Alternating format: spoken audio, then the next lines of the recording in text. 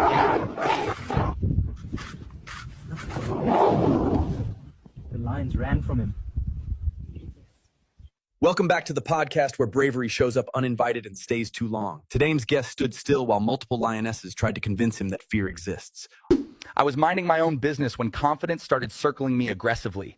They showed teeth, I showed patience, and patience won the introduction round. So let me understand this clearly for the viewers at home.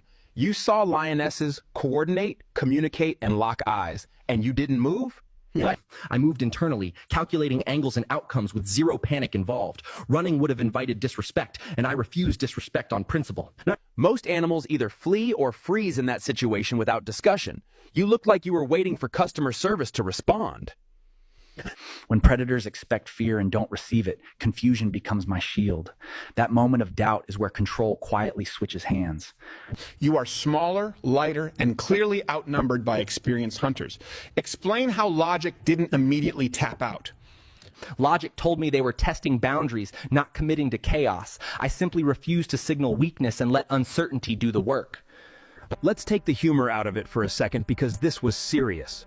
One wrong step and survival would not be part of the conversation. I was fully aware that death was nearby and very interested. But fear only matters when it controls decisions instead of sharpening them. Witnesses said you charged forward instead of backing away. That's not instinctual prey behavior by any definition. I didn't charge to attack, I charged to disrupt expectations. Predators hesitate when the script suddenly stops making sense. So you weren't trying to overpower them physically. You were forcing hesitation into their coordination. Exactly. Hesitation breaks formation faster than violence ever could. Once unity cracks, dominance becomes negotiable. Those lionesses are trained by experience and hunger. Yet something in that moment stalled them. They recognize commitment without bluffing or noise. Predators respect certainty even when they hate it. Let's address the myth directly because people are watching closely.